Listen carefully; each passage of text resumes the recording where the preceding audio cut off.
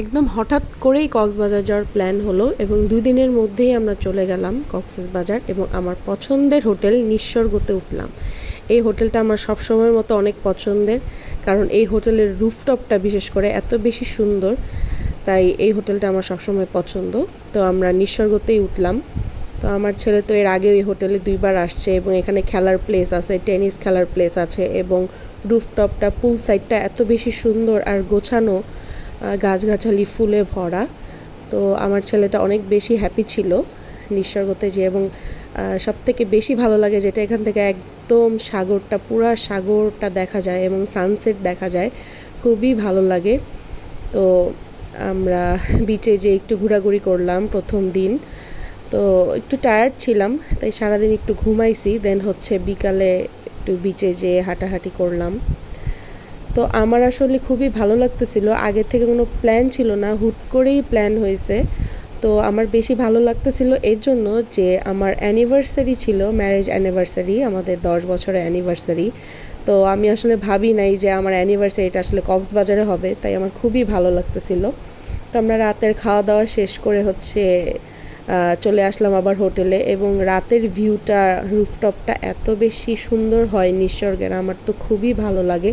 আর ওদের কফিটাও কিন্তু খুবই মজা, আমি প্রতিদিনই ওদের এখানে রুফটপে কফি খেয়েছি এবং ওদের যে বারবিকিউ আইটেমগুলো খুবই মজা ছিল, আমার তো খুবই ভালো লাগে। তো আর সবচেয়ে মজার কথা হচ্ছে, আরেকটা কথা হচ্ছে, আমার ছেলের বেস্ট ফ্রেন্ড খুশিকেও আমরা নিয়ে আসছি এবার। তো আমার ছেলে তো খুশির সাথে খুবই এনজয় করছে কক্সবাজারে, ফার্স্ট টাইম খুশিকে নিয়ে আমরা আসলাম। তো দেন হচ্ছে এটা হচ্ছে পালঙ্কি রেস্টুরেন্ট। আমরা নেক্সট ডে যেদিন আমাদের অ্যানিভার্সারি ছিল সেদিন আমরা পালঙ্কিতে লাঞ্চ করেছি। পালঙ্কি আমার খুবই পছন্দের একটা খাবারের জায়গা, এই জায়গার খাবার আসলে খুবই মজা। তো আমরা অনেক কিছুই খাইছি এখানে যেয়ে, খাবার খুবই মজা ছিল আর এখানে খুবই সুন্দর করে গোছানো সব কিছু, তাই আমার খুব ভালো লাগছে এখানে যে।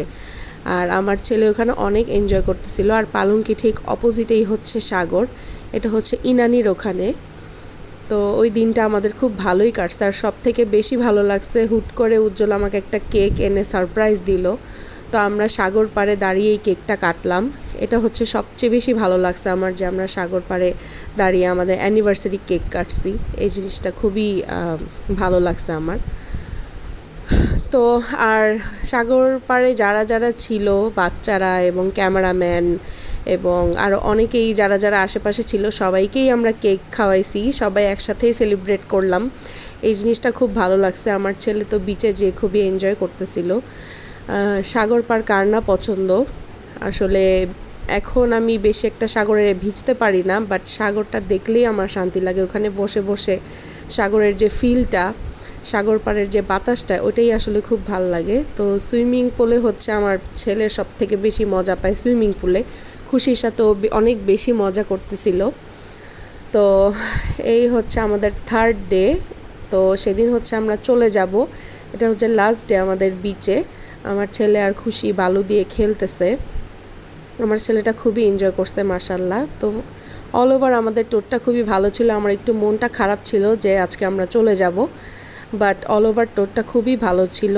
তো শেষের দিন রাত হয়ে গেছে, আমাদের রাত 11টার বাস ছিল। লাস্টে আমরা হচ্ছে কেএফসিতে খেয়ে দিয়ে দেন হচ্ছে আমরা ঢাকার উদ্দেশ্যে রওনা হব। তো আমার ছেলে এখানে বিচে একটু মজা করতেছে, আমার ছেলেটা আসলে এবার অনেক এনজয় করছে।